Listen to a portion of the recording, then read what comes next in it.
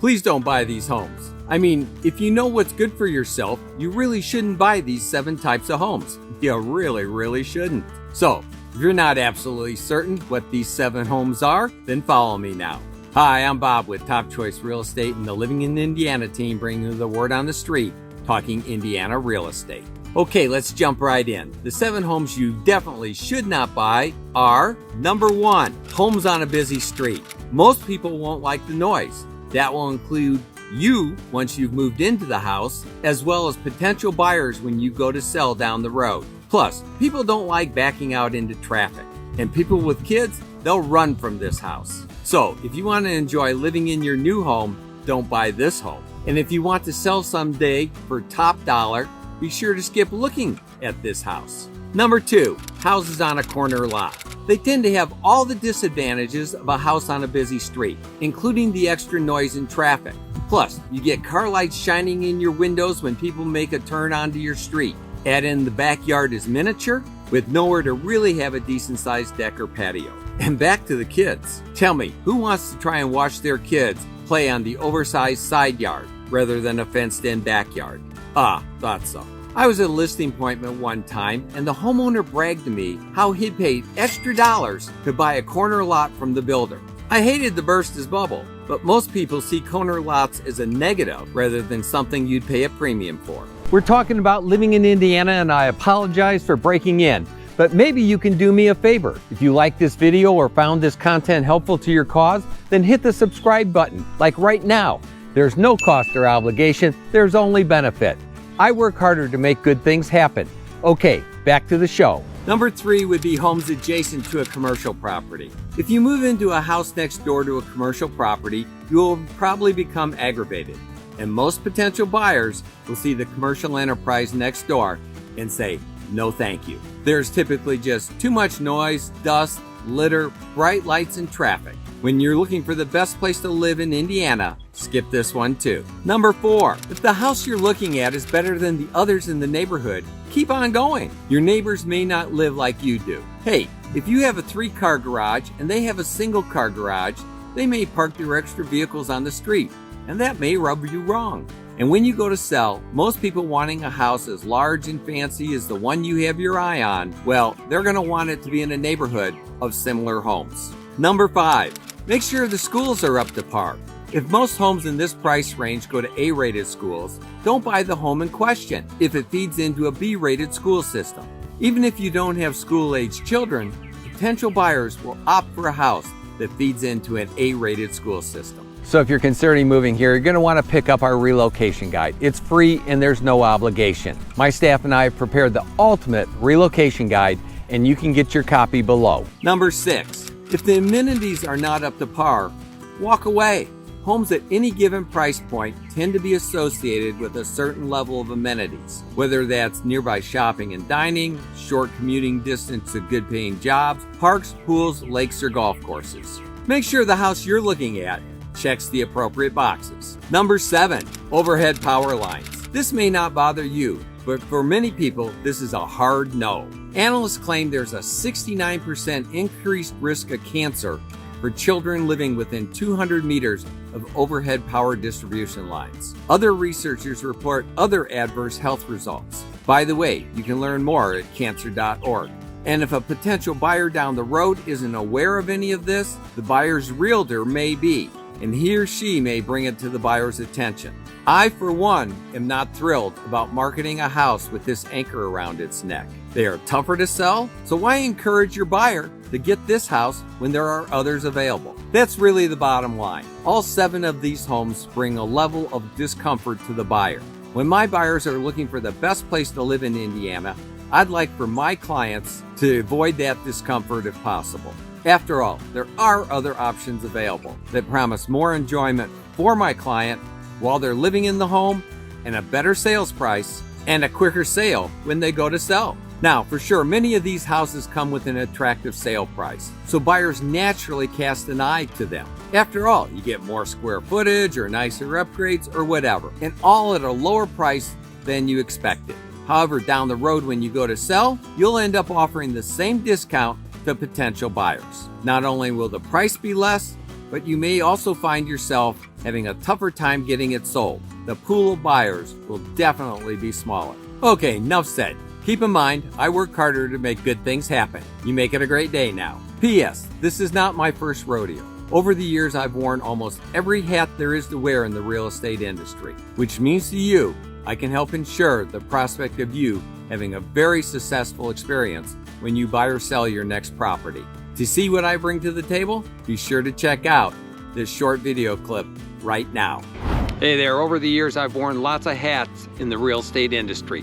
So today I'm going to share in this video what they were, what I've done, and most importantly, how that can benefit you. Hey, I bought my first house while I was still in college. So yes, I've been a first-time home buyer. And if you are a first-time home buyer, I know what that feels like, and I've made systems that help so that you come to learn what is going to happen next, so that it takes some of that anxiety out of the whole transaction and makes it a lot more enjoyable experience. Hey, 6 months later, I bought my first duplex and fixed it up.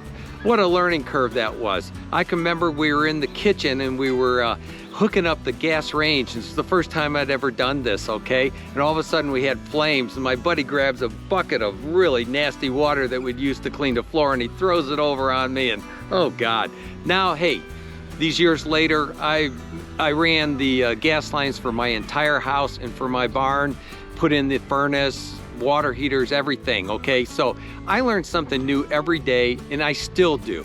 That work led to being a contractor. You know, we were those guys that had the sign on their truck, you know, like no job too big or too small. The biggest job we ever did was we rehabbed a 42-unit apartment project. I mean, we didn't take it to the studs, but it was pretty darn close. The most interesting job we ever did was we lifted a house up off the foundation, tore out the basement walls, then relayed all the basement walls and set the house back down on the foundation. Hey, because of that kind of experience, I can walk through a house with you and I can point out opportunities and I can answer your questions about, can we open up this wall, or can we, whatever the case might be. Hey, and when it's all said and done, I know a guy that can do all those things that you might want done. And you know what? They do good work, they're reliable, and they're affordable.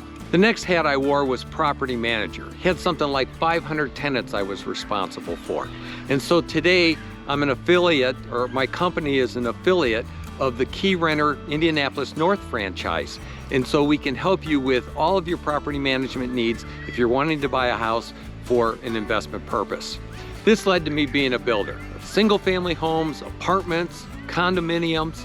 So when it comes to new construction, it wouldn't be my first rodeo, which means to you, I can be a difference maker for your benefit. Too many people have bad experiences with builders.